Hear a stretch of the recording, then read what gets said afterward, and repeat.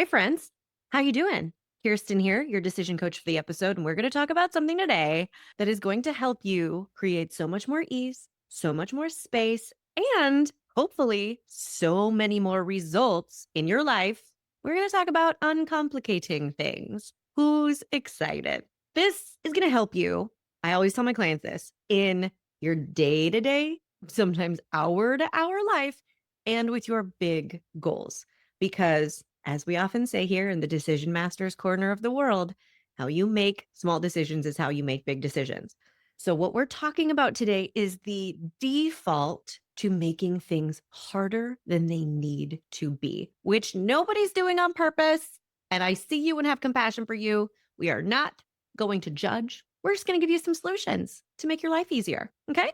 I could have titled this episode, How to Stop Overcomplicating Everything, but I went with a little more dramatic version because this is actually a very, very important problem for you to solve. Yes, we are talking about the how to. You're going to get the how to, but I want you to recognize why it matters. That's why we are also talking about the cost of overcomplicating everything. And sometimes we are so used to things being so freaking fracking hard because we are so freaking fracking good at doing hard things that we don't recognize what it is costing us. So we're going to point that out too today. Where we're going to go is I'm going to give you two specific examples and we're going to kind of walk through these coaching scenarios where I'm talking to people who have big goals and want results and how they complicate those plans and what we do about it. And then we're going to look at a scenario that's a lot more ground level, daily decisions, and still how they get overcomplicated. We're going to look at the costs and we're going to look at the solutions. I know it sounds so much fun. This is something I see in many, many areas of clients' lives. Someone tells me, I want these results. I want to make this thing happen. And then they deliver me a 47-point plan that is going to be very time consuming and expensive and labor intensive. And it essentially prevents them getting the result they want in the time frame they want it. Or they're telling me, I want to feel less overworked, less overscheduled, less over responsible. And then they tell me, well, here are the 900 things I have to do that I don't have time for this week. And I want to emphasize these people are not masochists. They are just defaulting to making things harder. This is a decision-making default. It's what they've learned over time. It's what has probably served them in some situations in life. It's perhaps what they were taught. But it's important to recognize if it's a default, so you can zoom out from these very specific situations and look at, oh, I might be overcomplicating things in more areas of life than this one vacation I'm planning, or this one thing I'm figuring out for my kid's school, or this one present I'm ordering for this person. Side note, since we're speaking of decision-making defaults, I have to let you know very, very quickly, I am hosting a workshop on this very topic later this month. So if you're listening real time, it's happening in June. Go to the show notes to get your ticket for the Stop the Spiral workshop. It is all about recognizing and dealing practically with these decision-making defaults that contribute to overthinking, overcomplicating. I haven't done a workshop in over a year, but this is something so specific and so needed right now because everybody in 2025, I don't know if you're on this boat with the rest of us, but everybody is like, I am over things being too hard. I don't want to lower my standards for what I want, but I need things not to take 90 hours in the week and cost 20 times more than I want them to and be so freaking hard. So, quick little plug because this workshop is going to be so good and you are going to walk away with practical tools to interrupt overthinking spirals and make clearer decisions in the moment. It's going to be so good. So, when we have this default that leans towards making things hard, overcomplicating things, we're operating under the assumption that this is how it should be, or we're operating on this is what feels familiar, or we're operating on other people's standards, like this is what is expected. So there's lots of different ways we can end up creating the most complicated plan, and then we never, ever have a good reason to question it. So that's why I'm going to give you two super handy questions to use when you are uncomplicating a plan or simplifying a decision. And I'm going to tell you exactly how to use them. Let's take our first scenario. I promised you two scenarios, a big goal and a daily life situation. I'm going to make up a client That's an amalgamation of several people I've worked with. So let's say I'm working with someone who wants to book more gigs. Okay. Insert your goal here. The result they want is more income this month or more gigs booked or jobs booked, however you want to think about it. And they're really clear on that and they know why they want that. Great. So in coaching, my job is to essentially help you walk yourself through your plan or create one if there isn't one in existence, and then make sure it's the best plan. So we question a lot of the decisions that your brain kind of puts out as first drafts, if you will. We're like, okay, I'll consider it, but let's make sure we like all of our reasons. We like how this is set up before we commit to it. And we minimize the drama around that. So someone's saying, these are the results I want, more gigs booked in this month. Let's say I ask them, okay, what do you think you have to do? Or is there a plan in place? Or is there a sketch of a plan? And then what I will hear sometimes is something like, well, I probably need a new website, but that means I probably need to finalize the company name I want because I never actually got around to doing that. And I can't register the right domain unless I really pick a thoughtful name for my website and my business, which means I'm actually going to need new branding. So I'm going to have to pick like colors and the logo. You know what? Gonna need new pictures. I only have old pictures and I don't like any of them. So that's probably what I'm going to do first. If you're not watching the episode right now, I have leaned back in my chair and my face is aghast. What did you just tell me you're going to do first? No, that is not the way I talk to my clients in coaching situations. But since I'm guiding you through coaching yourself, I invite you to be playful with it and not take yourself too seriously. And I want you to laugh a little bit. Wait, what? What are we going to do first? This 47-point plan? This sounds like it's going to take a lot of time and a fair chunk of change. We're not saying you shouldn't have a website. We're not saying don't do that because it's multiple steps and will take time and money. Those aren't good reasons not to do something. But here's where the first question comes in. Okay, remember I told you you're going to get 2 questions. The first question is why?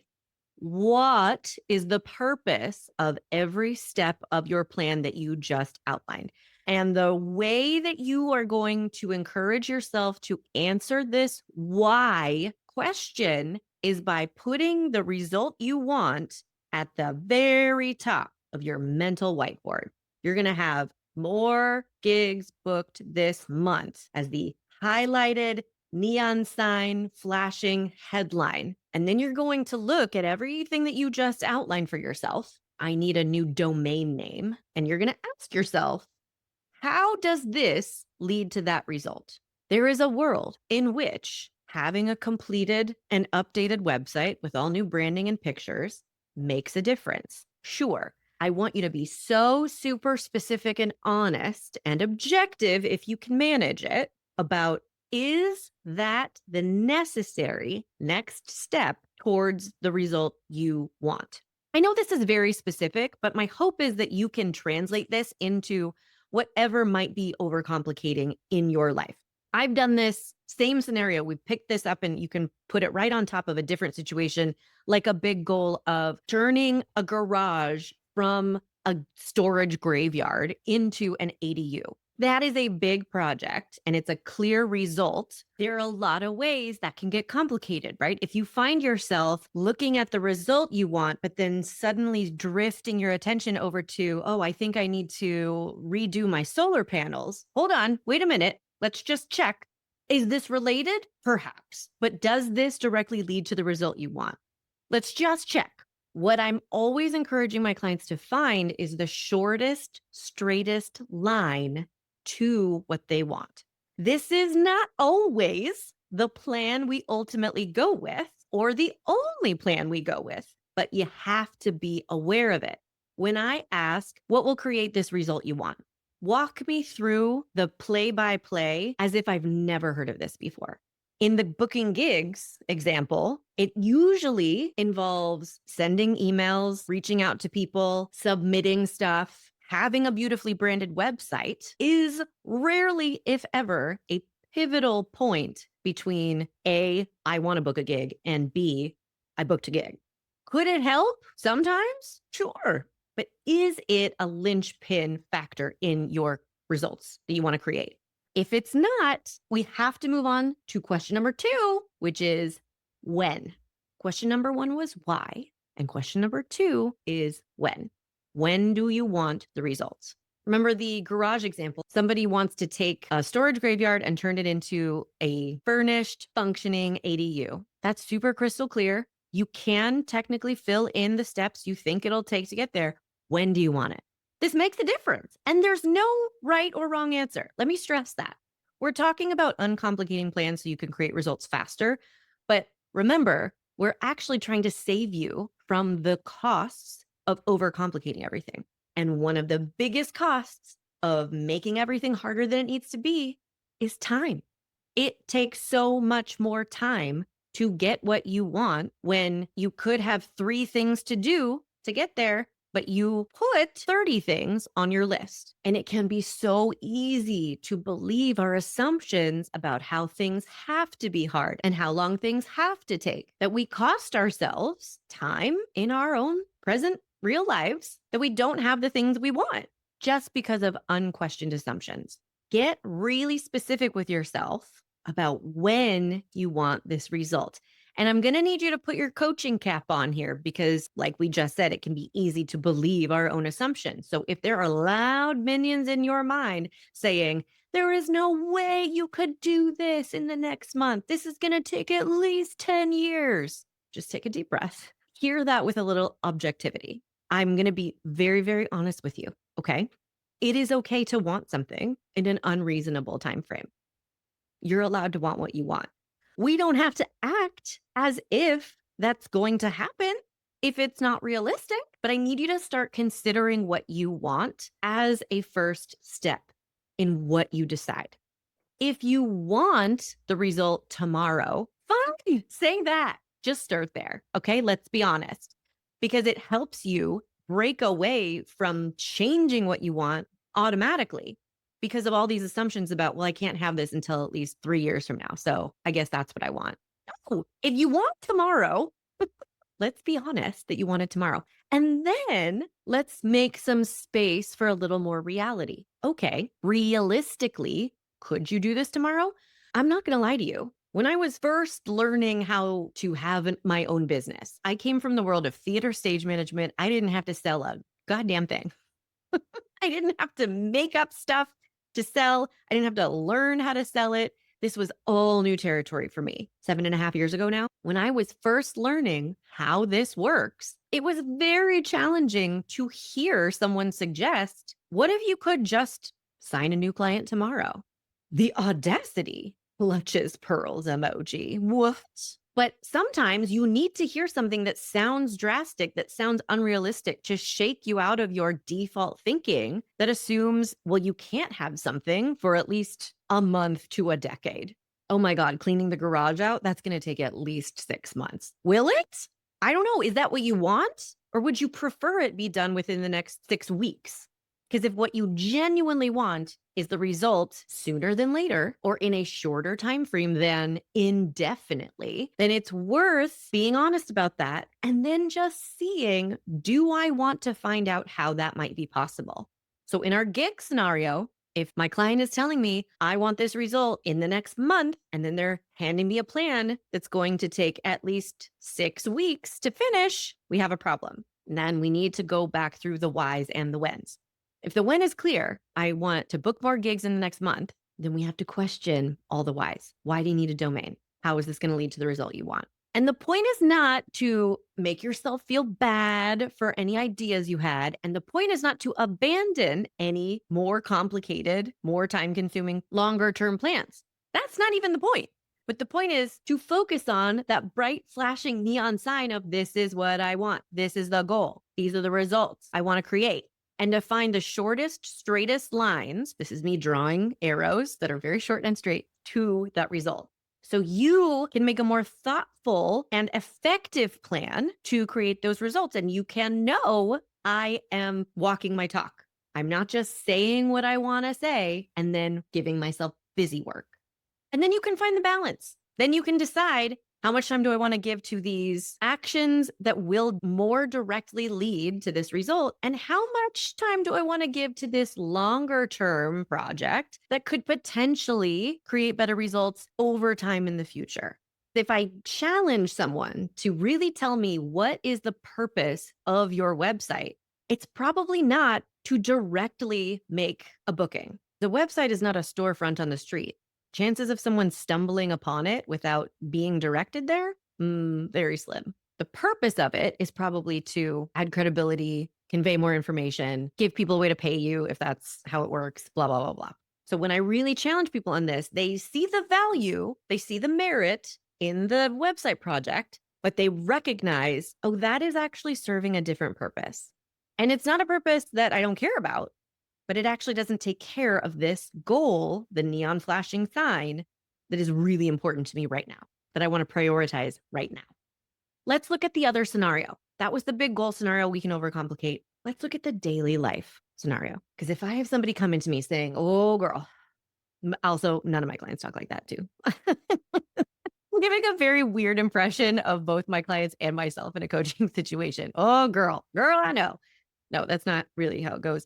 But if I have somebody coming to me saying, I'm overworked, I am responsible for too many things, I don't have time for everything I have to do, then they tell me all the things that they have committed to doing, we have a problem. And I want you to recognize this clue that it is prime time to pause your plan and uncomplicate it when you hear these two truths coexisting in your mind. I can't do it and I have to do it. Both of those things cannot be absolutely true at the same time. They cannot coexist in reality together. So if they're coexisting in your head together, all that signals is you are in overwhelm and you need to take a breath and you need to regulate and you need to uncomplicate your plans. So in this scenario, I'm going to ask someone why to everything that they have put on their agenda or every way they have planned to do something that feels hard when they're telling me what I want is more ease or more time for myself or to not have to feel responsible for everything. We're going to really lean on that question number one, why? And again, not with judgment, but challenging you to come up with an answer. You're going to have answers. We just need to find out how much you like them.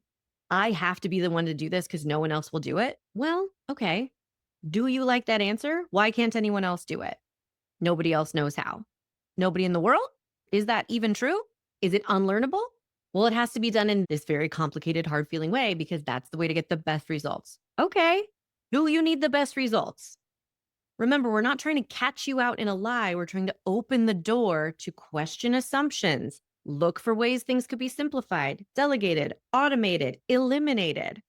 If you have a birthday coming up for someone and you wanted to get them a present, there's a version of the story where you make it as simple and easy and uncomplicated as click, ship, extra $2.99 for gift wrapping, done.